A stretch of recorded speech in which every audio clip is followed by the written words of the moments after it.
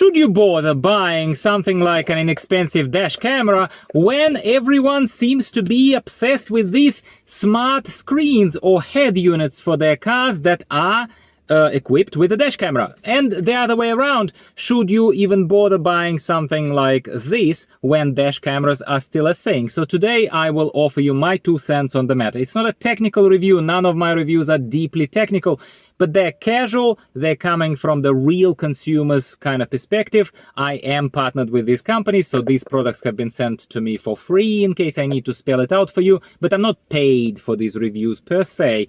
And that's why I would like to offer you my honest opinion of who these products are for, which one should you choose, and under what circumstances. Sounds good? Give me a quick like, and also let's hear from our sponsors. So this video is sponsored by Firebox, my very good friends Firebox. They are creators of premium style, premium quality, and technical clothing. It's plain clothing. They have hoodies, they have jackets, rainproof jackets, they have amazing pants, like nice pants as well, trust me, as well as t-shirts. No print, fits with every style really, really high quality. You will just have to take my word for it. The t-shirts are really nice. I am just like every other average man out there. I like cheap, okay? I like cheap stuff. Firebox is not cheap, but once you have this in your hands, once you touch this material, once you wash it, once you take a look at that, versus the cheap stuff that we can get from variety of stores out there in Australia and other places in the world, you see the difference, my friend. First of all, feels very good. Second of all, retains the heat or repels the heat depending on what kind of particular apparel you have chosen. I'm really grateful to Firebox for sending me some of these shirts and some of these hoodies to feature over here on my channel, and perhaps to give you a little bit of a discount and a bit of a link in the description below. Back to the topic. So let's first talk about head units. Who the head units or the smart screens like this one are for? My friend, they are primarily for people who are not after dashcam. Hear me out, hear me out. They are primarily for people who want a jack of all trades kind of product, all in one. These people, by definition, are less kind of picky and less, so they're less discerning in terms of the quality, let's say, of the footage that the dash camera is providing from the road. They are after everything, and they could take it at a little bit of a discount, kind of at a bit of an expense of the actual fine pixel quality of what a good dash camera is providing. So these are all-in-one products. They are typically, not always, but they're typically a lot more expensive than something like this. Keep that in mind, that's a major factor. And they are providing you with a screen to replace your broken screen or the screen that has never been present in your older car perhaps. They have wireless technology built into it. They have wireless Android Auto, wireless Apple CarPlay, usually both built into one thing. So you need just this. You buy this, that's why they're popular. People buy this, you place it there, you replace your old screen, or you supplement it like I did in my cars. I put it on the dash in many different ways, kind of in my previously owned Haval, in our MG ZST, everywhere, right?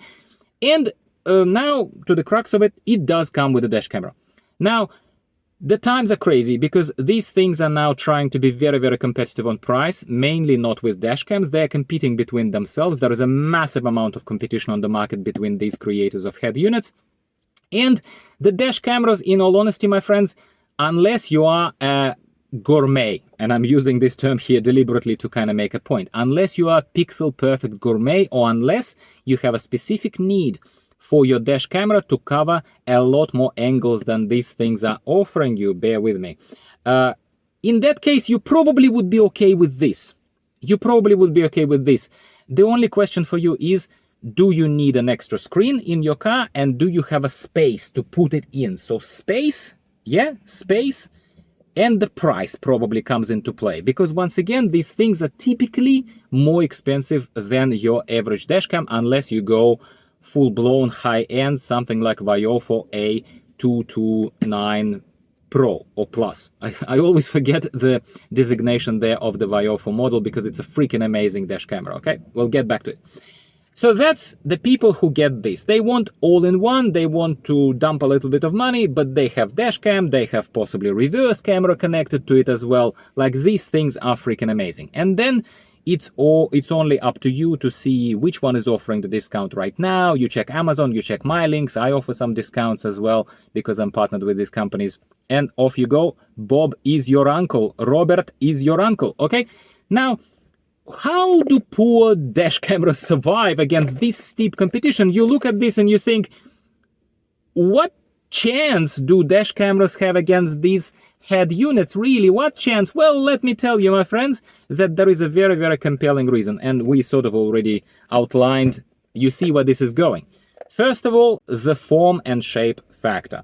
So dash cameras are designed, over the years, they're designed to be a lot more unobscure. They're designed to be hidden from sight, not in plain sight. It's very different, and it's an important point to make, as obvious as it is. Screen is front and center. My wife kept telling me when I had both screens of built-in screen of my Haval H6, when I was very, very much into a 9-inch unit before I moved on to something smaller like this. She said, Dimitri, how many screens do you need?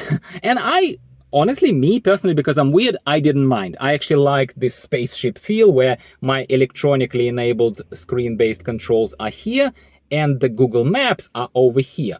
I actually didn't mind it. However, I think you and I can both agree that it's a lot of visual clutter. It's a lot of visual space occupied. You don't have that problem with a good dash camera, especially with something tiny like this, like Viofo VS1. But even bigger dash cameras, even from Viofo or Lanmodo or other creators, these cameras are typically tucked in behind your rear view mirror anyway. They're typically away from your field of view. They're somewhere there, unless you somehow decided to put dash camera right here front and center. I can't stop you, it's your car, you do whatever you want with it. But again, the form factor, the compactness, it's the first selling point of a dash camera versus any head unit, even a smaller one like 6.25 inch like this lovely Lamto RC11 is. This is not a specific review, it's just a comparison, okay? Now, another factor I already mentioned, something like this, it's not going to be super cheap because this is very, very high quality camera, but you can find cheap ones. Sure, you can find something cheap, like, I'm not even sponsored by them, but something like Xiaomi 70Mi, for example. A very popular camera. I had one, horrible quality, 1080p, kind of very soapy, sort of blurry slightly, especially in bad weather conditions view. Like I gotta call it for what it is. Bad quality. But it does the job. It's tiny. Also, it's very cheap. You can probably buy it these days. I haven't checked right before recording of this video, but I think it would be in the ballpark. You can buy it probably from something like AliExpress, delivered 60 Australian for 60 Australian dollars. This would be more expensive than that, but it also offers a tremendously higher quality, much more pleasurable experience because I had both. Right now I'm running this. It's completely out of my field of view right now, installed somewhere over there, and there is no extra screens. My whole field of view is out there available to me. This is a fantastic dash camera. So let's summarize. First of all, the space matters. If your visual space matters to you, if you don't want visual clutter, and if you're not driving a bus or a truck with a vertical windscreen, if you're driving something like this lovely Subaru Outback or any other vehicle with a slopey windscreen, then by definition, my friend, your visual field of view is smaller than in those trucks, buses, etc., you name it, with a vertical windscreen. So in that space, in this space, having a 9-inch screen, unless you're replacing one that's sunken into here somewhere, unless you're replacing a broken one or whatever, unless it's sunken. But if you're putting it on your dash, as it's intended to be, these things, they are intended to be put up here. Yeah, you can't see it off camera, but it's intended to be right here. It will be right front and center, occupying that field of view. Dash camera won't be. Dash camera will be tucked in. Pricing I already mentioned, and then the quality. Final thing is obviously the quality. So these things, they are designed only around effective wide view capture of what the hell it is happening on the road in front of you. You cannot, in my humble opinion, in the modern day and age, Australia or not, drive without a dash cam or something that has a dash cam, even a non-specialist dash cam built into this, okay? But you can't drive without one because you're just asking for trouble, man. You can have your insurance policy, but someone reverses into you like they did into a car of my friend a few months ago. There is a separate video of my Value Cars Australia channel where I talked about this. The guy reversed into him and he didn't have a dash camera to prove it, and the collision is from the rear, so automatically police said it's your fault. True story.